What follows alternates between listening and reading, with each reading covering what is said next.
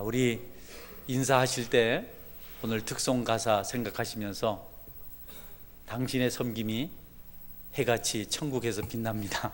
좀 긴가요? 제가 얘기하면 좀 긴데 그래도 간단하게 당신의 섬김이 천국에서 해같이 빛납니다. 이렇게 하는 대로 한번 해봅시다. 합니다. 시작. 당신의 섬김이 천국에서 해같이 빛납니다. 네.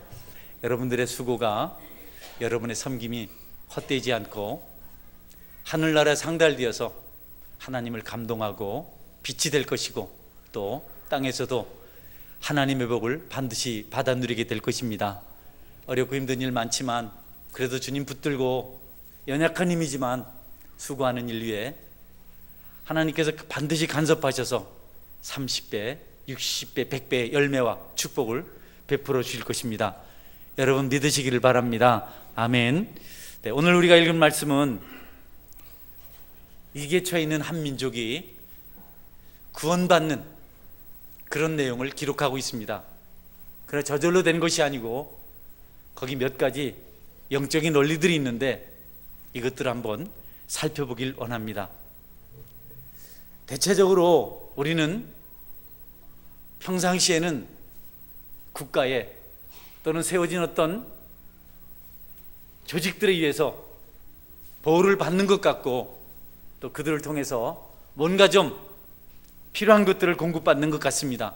그러나 막상 위기가 찾아왔을 때 민족 공동체나 또는 가정 공동체나 교회 공동체나 우리가 속해 있는 어떤 모임에서 위기를 만나게 될 때 아이러니컬하게도 그곳에서 역사를 감당하는 그 주축이 어떤 그룹이나 단체가 아니고 한 개인이라는 것을 우리가 오늘 말씀을 통해서 볼 수가 있습니다. 유다 온 민족이 지금 위기에 처하게 되었습니다. 멸망 위기에 처하게 되었는데 민족 모든 그 멸망의 위기를 한 개인에게 부탁해서 도움을 구하는 그런 내용을 보게 됩니다. 유력자들을 찾은 것이 아니고 지도자들의 모임에 호소한 것이 아니고 한 개인을 선택해서 그에게 이 위기를 극복해 달라고, 좀 넘어설 수 있게 해달라고 호소하는 내용이 본문에 기록되어 있는데, 이것은 여러분 하나님의 방법이기도 합니다. 아주 중요한 시기에 하나님께서는 그러한 사람을 준비시켜 놓으시고 필요할 때 그들을 통해서 일하십니다. 이 세상을 살아가면서 믿음 생활을 하면서 우리가 준비한 한 사람을 만난다는 것,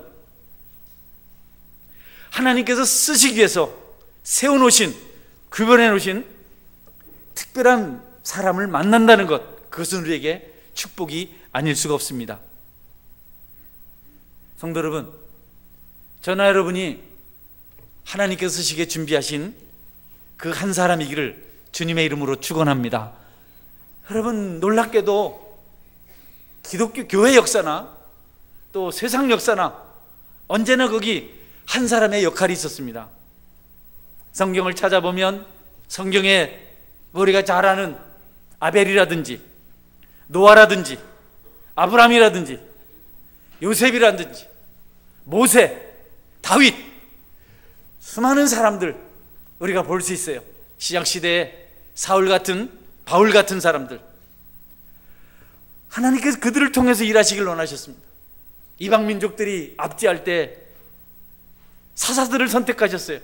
두보라라든지 삼갈 또는 삼손, 기드온, 사무엘 같은 사람들 하나님께 세우셔서 그들을 통해서 일하게 하셨습니다. 그 시대마다 하나님께서 어떤 사람들 택하셔서 그 백성을 구하게 하시고 하나님 나라를 세워가게 하셨습니다. 국가 공동체가 나라를 돌보고 세워가는 것 같지만 여러분, 위기에 처해 있을 때 어떤 정해진 개인이 그 위기로부터 나라를 건졌던 그런 일들이 일반 역사 속에서도 얼마든지 있는 것을 우리가 보게 됩니다. 뭐 우리나라의 가장 유명한 조선시대 수군 장군 여러분 생각나나요? 성이 이씨입니다. 예? 이순신. 예? 이씨는 어디 가나 다 그런 건 아니지만 아이고 죄송합니다. 원고에 없는 얘기를 또 안 하기로 하고 또 했습니다. 임진왜란 때 우리나라가 위기에 처했을 때 정말 이름도 없는 사람을 통해서 이 나라가 멸망의 길을 면하게 되는 것을 보게 됩니다. 우리나라 역사만 그렇지 않습니다. 프랑스 역사도 영국이 일으킨 100년 전쟁, 프랑스가 이제 영국에 의해서 완전히 패망하게 될 즈음에 잔다크라는 어린 소녀가 소명을 받고 여러분 위기로부터 프랑스를 구해내는 그런 것을 우리가 볼 수가 있습니다. 결코 여러분 집단이 한 개인을 무시할 수 없는 이유가 이런 일을 통해서 우리가 알게 되는 것입니다. 선진국일수록 훌륭한 사람일수록 개인을 소중히 여깁니다. 사람을 뭉뚱그려서 전체로 보지 않고 각 개인을 중요하게 여깁니다. 그런 나라들이 잘 됩니다. 이념을 가진 나라들, 공산주의 혹은 사회주의는 집단으로 봅니다. 여러분, 그럼 민주주의는 개인을 중요하게 생각해요. 그렇게 할 때 그곳에 강성한 역사가 나타나게 되고 또 삶의 만족이 찾아오게 됩니다. 저는 존 F 케네디 대통령이 워싱턴 DC에서 취임 연설을 할 때 그 연설문을 한때 영어로 다 외운 적이 있어요. 지금도 부분 생각나는데 믿거나 말거나. 그런데 그 중에 이런 대목이 있습니다.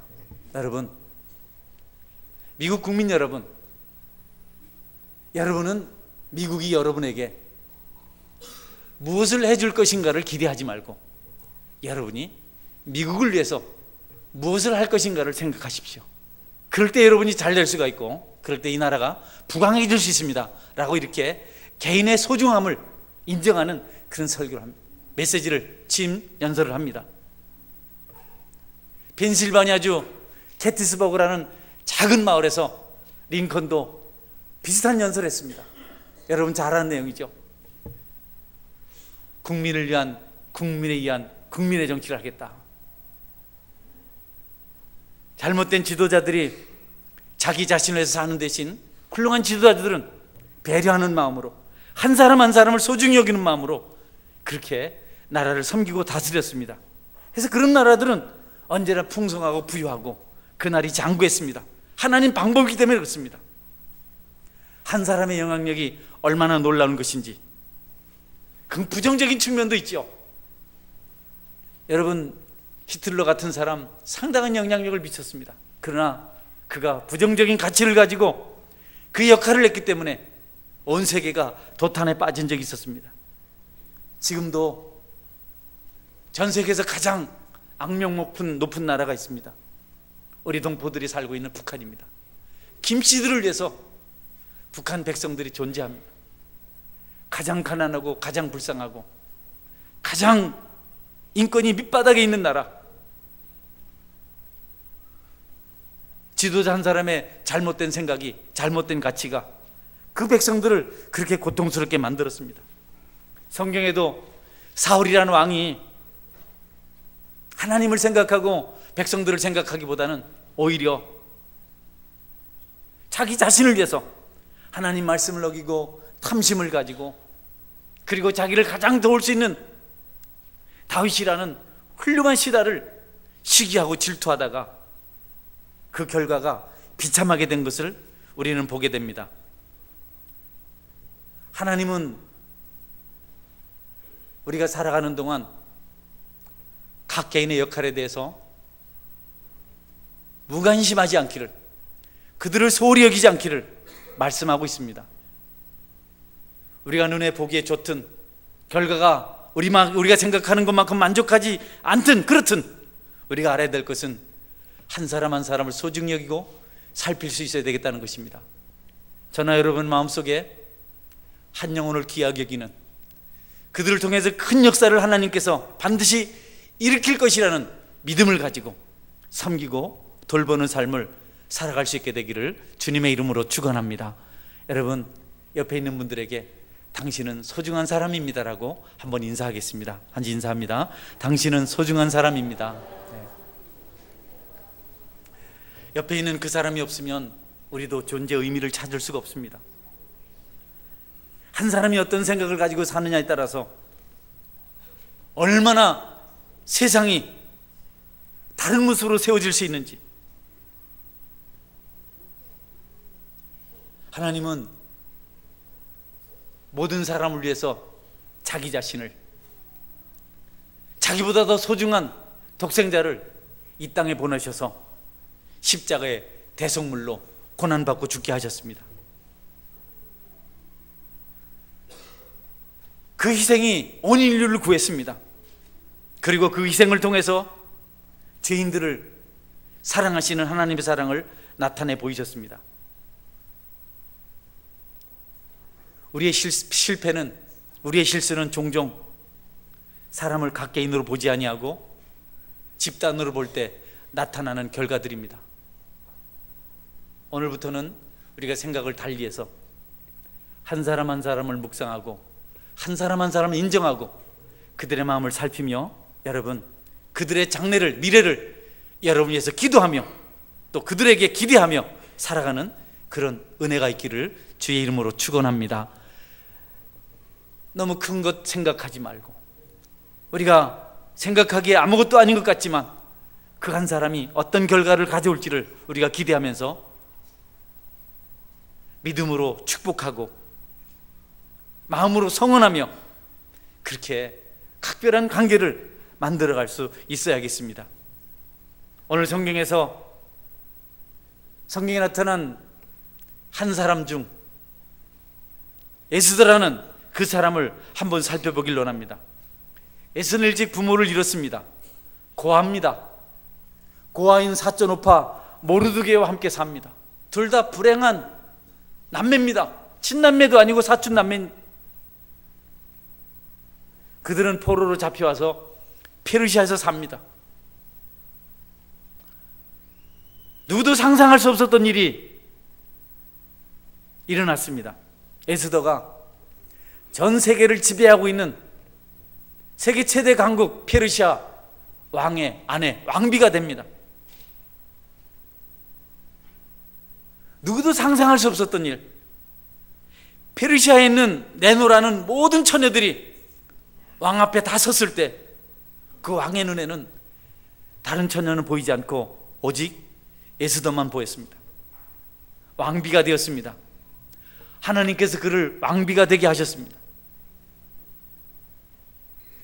에스더가 왕비가 된 것, 그것은 어려움에 처한 이스라엘들을 구하기 위한 것임을 우리는 성경을 통해서 알 수가 있습니다. 하나님이 섭리하셨습니다. 그녀는 왕비였지만 왕비의 삶을 끝내지 않고 왕비를 통해서, 왕비라는 그 직분을 통해서 자기의 사명을 감당하게 됩니다. 왕비가 되었는데 이제 왕하고만 잘 지내면 되는데, 아무 걱정 없는데, 아쉬운 소리 할 거 없는데, 자기는 잘했는데, 자기는 훌륭했는데, 힘든 일 할 필요가 없는데, 몸을 할 필요가 없는데, 이 왕비가 여러분 유다 백성들을 구하기 위해서 위험을 무릅쓰고 그의 사명을 감당하는 모습을 우리가 성경을 통해서 살펴볼 수가 있습니다. 한 사람의 역할이란 이럴 때 능력이 나타나는 것입니다. 나만 잘 되면 되지. 나는 아무 문제 없는데. 나 혼자 잘 살면 되지. 신경 쓰지 마. 내가 뭐 아쉬운 소리 할 것도 없고, 내가 남한테 싫은 소리 들을 것도 없고, 나는 그냥 나 혼자서 잘났잖아. 여러분, 그러면 아무 일도 할 수가 없습니다. 왕비인데 뭐 여러분 뭐 걱정할 거 없잖아요. 그동안 준비하고 고생하고 기도해서 왕비가 됐어요. 끝났잖아요. 그냥 살면 되잖아요. 대체적으로 사람들이 이런 생각을 합니다. 내가 이제 남부를 것 없다. 될 만큼 됐다. 이제 더 이상 내가 고생하지 않아도 된다. 그러면 남을 배려하는 이타적인 삶을 살지 않습니다. 사람이 자꾸 이기적으로 바뀝니다. 그리고 교만해지고, 그리고 난폭해지고, 그리고 횡포를 부리기 시작합니다. 오늘날 어떤 국가들이 핵을 가지면 그때부터 주변 국가들을 위협하는 것처럼 그렇게 하려고, 횡포를 부리려고 군비를 그들이 늘려가는 것처럼 얼마든지 우리 개인도 그와 같은 모습으로 살 수가 있습니다. 남의 약점을 잡으면 그들을 결코 그냥 두지 않으려는 그런 습성이 우리 사람들에게 있습니다. 에스더는 그렇게 살 만한 위치에 지금 서 있습니다. 그럼에도 불구하고 여러분, 금식하면서 연약한 처지에 있는 사람들, 멸망달 위기에 있는 사람들을 위해서 기도하는 모습을 우리가 성경을 통해서 보게 됩니다. 그의 사촌오빠 모르드게가 유대인의 실권자 하만 앞에 무릎 꿇지 않았습니다. 여러분, 그를 경배하지 않았어요. 경배받을 수는 하나님 한 분밖에 없고, 존중할 분 하나님 한 분밖에 없고, 자기가 무릎 꿇고 자기 예의를 표현할 대상은 하나님밖에 없기 때문에 다른 모든 사람들이 엎드려 절하고 그가 지나갈 때 그를 높였지만 모르드게는 그렇게 하지 않았어요. 이것이 그만 미움을 받는 일이 되었어요. 아무리 얘기를 해도 모르드게는 언제든지 서 있습니다. 무릎 꿇지 않습니다. 결국 이 일 때문에 하만의 괴계로 온 유다인들이 멸망을 받게 됩니다. 그날이 정해졌습니다. 위기의 순간이 찾아온 겁니다. 모르드게는 이 안타까움을 가지고 굵은 베옷을 입고 대궐문 앞에서 금식하며 기도합니다. 여러분, 한 나라의 대신인데 베옷을 입고 있으면 대궐로 들어가지 못해요. 입거를 못합니다. 입거를 해야 될 사람인데 에스더가 이 소식을 들었어요. 그래서 얘기합니다.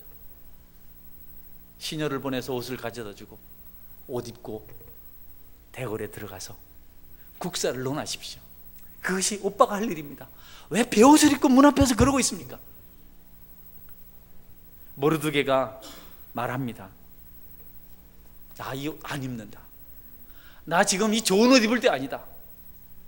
모르드게는 정확하게 자기 형편과 상황을 알아서 여러분, 좋은 옷 입기를 거절했습니다.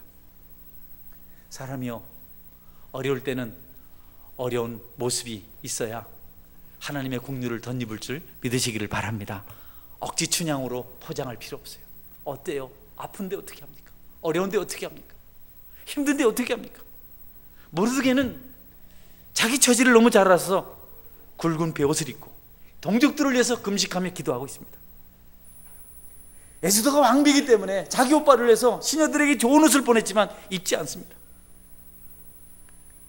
다시 에스더가 하닥이라는 시종을 보내서 왜 그러시냐고, 왜 베옷을 입으시냐고 이렇게 물었더니 대답합니다. 우리 유다 민족을 멸망시키려고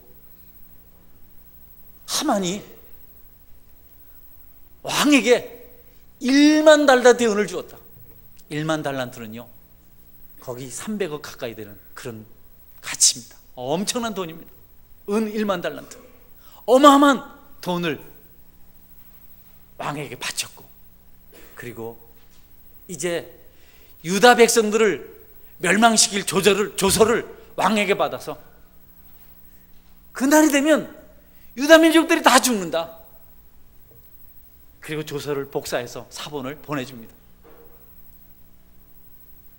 이런 처지에 내가 어떻게 좋은 옷을 입고 이 꼴에서 국사를 논할 수 있겠는가? 나는 그렇게 할 수 없다. 그리고 하닥이 부탁합니다. 에스더에게 가서 이 사실을 알리고 우리를 대신해서 왕에게 좀 이 안타까움을 구하고 도움을 청해달라고 에스더에게 이렇게 부탁을 합니다. 하닥이 돌아가서 이야기합니다.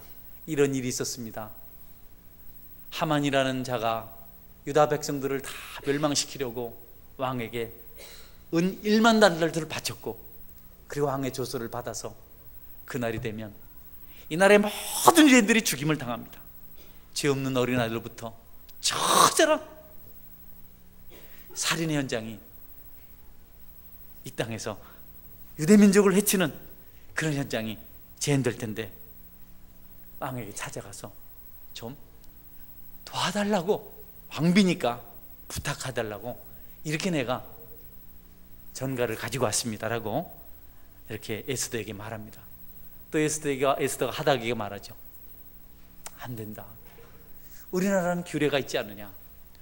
왕이 부르지 않았을 때는 남녀노소를 물러나고 누구든지 죽는다. 부르지도 않았는데 나타나면 법이 정해져 있다. 누구든지 죽임을 당한다. 예외가 있는데 왕의 규, 왕의 지팡이, 왕의 법을 상징하는 그 호를 가지고 가리킨다면 살 수 있지만 그 일은 아주 드물다.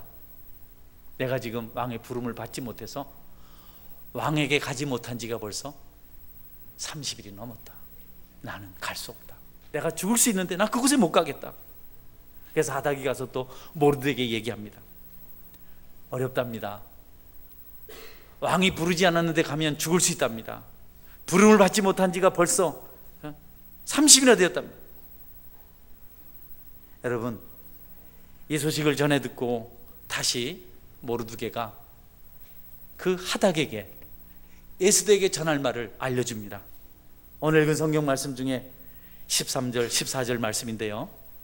여러분 성경 있으면 한번 같이 읽고요. 제가 읽어보겠습니다.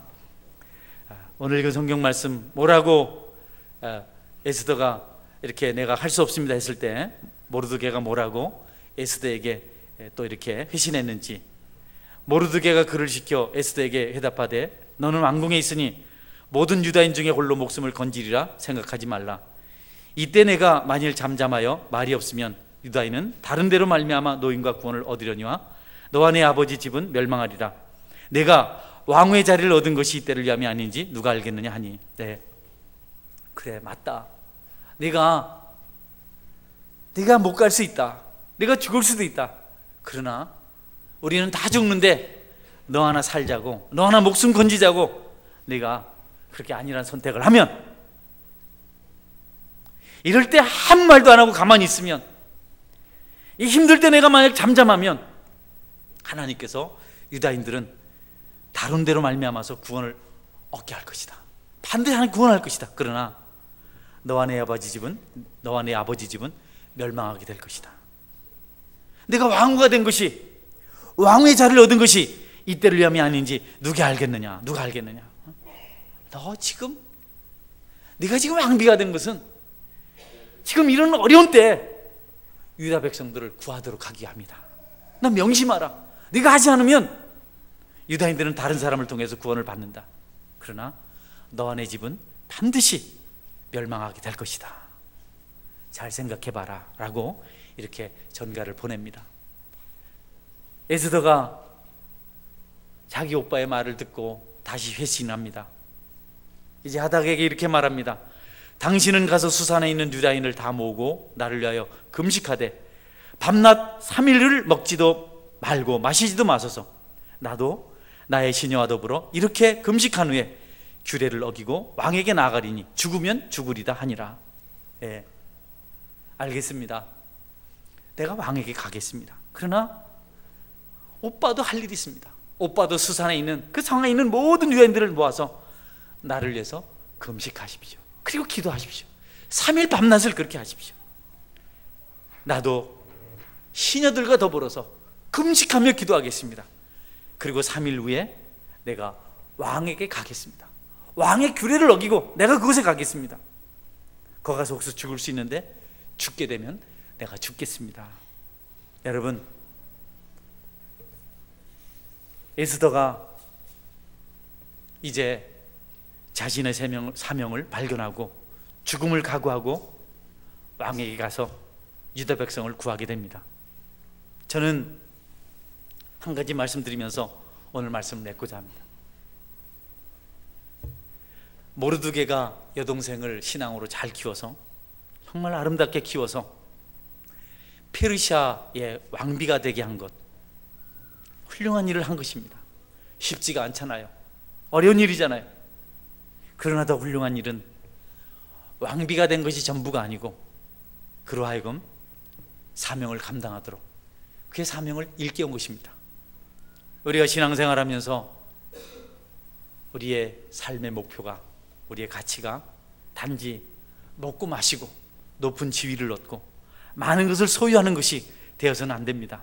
그것이 필요하지만 많은 것을 소유해야 하고 지위를 얻어야 되고 건강해야 되고 나름대로 모든 영역에서 풍성해야 되겠지만 그것이 우리의 목적이 아니고 그것이 우리의 목표가 아니고 그 일을 통해서 하나님께서 맡겨주신 사명을 감당하는 것, 그것이 우리가 하나님 앞에 살아가야 할 중요한 과제라는 것 여러분 명심하시고 여러분 모든 삶의 여정 속에서 여러분의 사명을 꼭 발견하시게 되기를 주의 이름으로 축원합니다.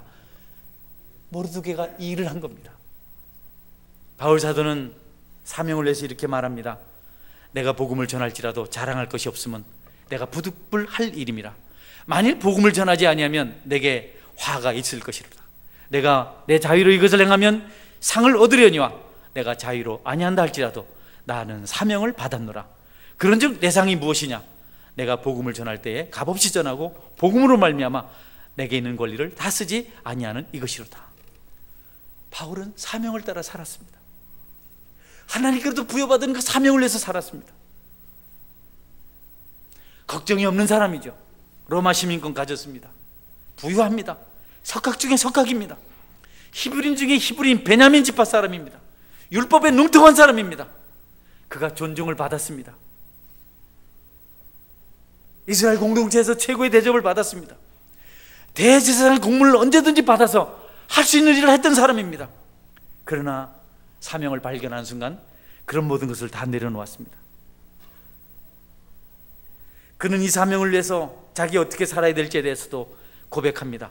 오직 성령이 각성해서 내게 증언하여 결박과 환난이 나를 기다린다 하시나 내가 달려갈 길과 주 예수께 받은 사명 곧 하나님의 은혜의 복음을 증언하는 일을 마치려면 나의 생명조차 조금도 귀한 것으로 여기지 아니하노라. 지금 그 길을 걸어가면 그에게 위기가 찾아옵니다. 그가 결박되어서 감옥에 갇힙니다. 죽을 수도 있습니다.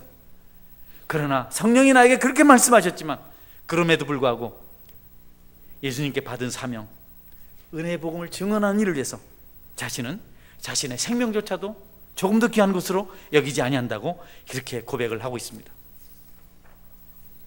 무엇을 위해서 사십니까? 여러분 각 사람이 소중한 존재로 하나님께 쓰임을 받고 있는데 여러분 무엇 때문에 신앙생활을 하십니까? 저는 여러분들이 사명을 깨닫고 하나님 나라를 위해서 살아갈 수 있는 그런 신실한 하나님의 백성이 될 수 있기를 바랍니다. 저는 성경에서 요셉이나 모세를 참 좋아합니다. 다윗을 좋아합니다. 노아나 아브라함을 좋아합니다. 요셉은 가장 많은 고난을 겪은 사람입니다. 요셉은 미움을 받았고 노예로 팔렸고 억울하게 감옥에 갇혔습니다. 그것도 다 형님들 때문에 그렇게 됐습니다.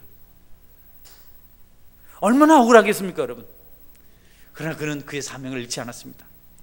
형들이나 미워하고 서운한 감정이나 고백하고 늘 분노 가운데 살지 않았습니다. 자기를 억울하게 감옥에 보낸 보디발의 아내를 미워하지 않았습니다. 얼마나 분통 터진 일입니까? 그 복수하기 위해서 살지 않았습니다. 요셉은 하나님께 주신 사명을 이루려고 형들도 보디발의 아내도 다 용서했습니다. 그리고 마침내 애굽의 총리가 되었습니다. 사명을 감당할 때 여러분 용서하고 사랑하는 것은 얼마나 큰 일인지 모릅니다. 여러분 중에 혹시 서운한 감정이나 아픈 마음이나 용서할 수 없는 그런 고통을 가지고 신음하며 사는 분이 있다면 여러분이 이루어야 될 사명이 있기 때문에 그들을 용서하고 오히려 미워할 원수를 적극적으로 살아가는 그런 은혜가 있기를 주님의 이름으로 축원합니다. 모세 생각해 보십시오. 모세가 얼마나 훌륭한지. 날마다 어려움만 생기면 모세를 원망했습니다. 모세야, 우리를 그냥 애굽에서 죽게 놔두지 왜 광야로 데리고 와서? 애굽에는 매장지가 없냐? 애굽에는 우리가 묻힐 땅이 없더냐? 우리 여기서 굶겨 죽게 할 거냐? 하나님이 어디 계시냐? 그때마다 모세가 하나님께서 그들을 벌하겠다고, 죽이겠다고, 끝장을 내겠다고, 그냥 응? 내가 그들을 그냥 두지 않겠다고 이렇게 말씀하실 때 모세가 무릎 꿇고 기도합니다. 하나님, 용서해 주십시오. 우리 버리지 마십시오. 이 백성들이 알지 못해서 그렇습니다. 광야로 인도하셔서 죽이면 세상이 뭐라고 하겠습니까? 이스라엘 믿는 하나님은 이스라엘 백성들을 애굽에서 건져내더니 광야에서 다 죽였다. 하나님, 하나님의 일을 맡게 이들을 용서해 주십시오. 여러분, 모세는 그것 때문에 얼마나 하나님 앞에 인정을 받았는지 모릅니다. 그럼에도 불구하고 마지막 순간에 지팡이 한번 잘못 휘둘러서 감정을 감추지 못해서 그의 분노를 숨기지 못해서 그것을 폭발하는 바람에 가나안 땅에 들어가지 못하고 두보나 산에서 그 좋은 땅을 구경만 하고 죽었습니다. 여러분, 다윗과 사울을 한번 생각해 보십시오. 사울을 가장 잘 도울 수 있는 사람이 다윗 아닙니까? 사울은 질투와 시기 이런 것 때문에 다윗을 괴롭힙니다. 그래도 다윗은요, 사울 왕을 미워하지 않았어요. 궁유력했어요. 죽일 기회가 2번이나 있었지만 끝장내지 않았어요. 하나님은 그 다윗을 귀하게 여기시고 그로 인해서 이스라엘을 통일하고 통치하게 하셨습니다. 다윗의 그 은혜가 얼마나 컸는지 아들 솔로몬까지도 하나님께 벌하지 않고 도우신 것을 볼 수가 있습니다. 어렵고 힘들다고 해서 우리가 다 나빠지는 것 아닙니다. 그럴 때일수록 하나님을 더 깊이 섬기고 바라볼 수 있습니다. 아담을 아시나요, 여러분? 아담은 가장 풍요로운 땅에서 살았습니다. 자, 따라해보세요. 아담은 가장 풍요로운 땅에서 살았습니다. 그렇습니다. 없는 게 없어요. 다, 모든 게 다 아담의 것이었습니다. 하나님 말씀하셨어요. 다 네 거다. 여기 있는 모든 것들 다 네가 마음껏 먹고 마시고 할 수 있다. 모든 것 다. 생명수 과일도, 생명수도, 모든 것 다. 동물들도 네 마음대로 다. 모든 나무들 다 네 마음대로 다. 한 가지, 선악과만 먹지 말아라. 여러분, 그런데 그 풍요 속에서 아담이 범죄하고 인류를 저주로 몰아갔습니다. 한 사람의 실수. 그런데 예수님은 어떠십니까, 여러분? 예수님은 아무것도 없는 곳에서, 광야에서, 겟세마네 동산에서 가장 고통하면서 피 흘리시면서 그분의 말씀을 붙들고 마침내 마귀를 물리치고 승리하셔서 온 인류를 은혜의 자리로, 천국의 자리로, 대속의 자리로 인도하신 줄 믿으시기를 바랍니다. 나 너무 어려워요. 견딜 수 없어요. 너무 힘들어요. 끝났어요. 아닙니다, 여러분. 예수님 생각하십시오. 저는 함께 공동체 생활을 하면서 애매히 고난을 받는 사람들을 봅니다. 모진 남편 만나서, 모진 남편이 아니고 모진 놈 만나서 속상하는 분들 봐요. 마음이 상해요. 또 모진 아내, 모진 년 만나가지고 고생하는 남편들 봐요. 그러나 여러분, 그것 때문에 너무 마음 상하지 마십시오. 그것 때문에 너무 힘들어하지 마십시오. 우리 주님께서 십자가 짊어지시고 그 일 감당하셨어요. 우리가 다 사사건건 서운하고 아프고 힘든 일을 다 생각해서 거기에 다 그냥 반응해버리면 여러분, 우리가 어떻게 천국을 경험할 수 있겠습니까? 또 우리가 얼마나 많은 실수를 하겠어요? 얼마나 많은 오해를 하겠습니까? 마귀가 아직까지도 이간질하고 넘어뜨려는 괴계를 꺾지 않고 있는데, 그런 것들을 전부 다 우리가 감정으로 대처하면 어떻게 우리가 평안을 맛보고 축복을 맛보고 은혜를 경험할 수 있겠습니까? 손양원 목사님, 사랑하는 두 아들 동이동신을 죽인 원수를 양아들로 삼았습니다. 사모님이 반대합니다. 왜 우리가 그 일을 해야 되나? 볼 때마다 내 아들이 생각나고 볼 때마다 마음이 아픈데 우리 그건 하지 말자. 손 목사님 대답합니다. 성경에 용서하라고만 했다면 그렇게 하면 되겠는데, 용서하라고 하셨을 뿐 아니라 사랑하라고 했으니 내가 사랑해야 되니까 내가 그 말씀에 순종할 뿐이다. 성도 여러분, 하나님께서 찾으시는 그 한 사람 되십시오. 그 한 사람은 이타적인 삶을 사는 사람입니다. 이기적인 사람이 아닙니다. 나 걱정 없고 나 문제 없으니까 나 하나 그냥 내 한평생 그냥 편안하게 살면 되지. 그것이 하나님이 원하는 것 아닙니다. 여러분, 누군가를 위해서 여러분이 희생하며 수고하며 목숨을 바쳤던 그 예수님처럼 닮아서 여러분의 삶을 그렇게 들으실 수 있기를 바랍니다. 오늘 이 자리에 혹시 아직까지도 마음이 아프고 씻을 수 없는 상처 때문에 고통하고 있는 분이 있다면 우리 예수님의 십자가를 생각하십시오. 주님 아무것도 없는 적박한 온 세상이 주님을 규탄하고 멀리하고 죽이려고 거짓으로 욕하고 박해할 때, 그때도 그분은 넘어지지 아니하고 십자가를 붙들고 승리의 길을 걸어가셨습니다. 성경은 그리스도 안에서 살고자 하는 자는 죽을 것이고 죽고자 하는 자는 살 것이라 이렇게 말씀하셨습니다. 한번 주님의 은혜를 경험해 보시려면 여러분, 어렵고 힘든 길에서 믿음으로 극복하는, 한번 도전해보는 성령 충만한 그 길을 꼭 걸어가 보시기를 주의 이름으로 축원합니다. 아멘. 우리 같이 한번 기도하겠습니다. 하나님, 내가 하나님께서 찾으시는 한 사람 되길 원합니다. 나를 위해서만 살지 않고 이타적인 삶을 살 수 있는 자 되게 해주십시오. 내가 살면서 가끔 어렵고 힘든 일을 만나는데 그때마다 반응하기보다는 주님의 발자취를 쫓아서 건건한 땅, 황량한 땅, 아무것도 없는 겟세마네의 그 기도를 들을 수 있는 자가 되게 해주십시오. 여러분 중에 혹시 마음이 상한 분 계신가요? 가슴에 못이 박혀서 신음해야 될 분이 계신가요? 특별히 마음이 의롭기 때문에 견딜 수 없어서 그 의로운 마음이 상처를 입어서 비틀거리는 분 계신가요? 주님의 은혜를 구하고 씻음을 받고 새 힘을 얻어서 여러분 하나님의 크신 일을 이루실 수 있는 그런 은혜를 달라고 하나님께 한번 기도하는 시간 갖겠습니다. 같이 기도하겠습니다.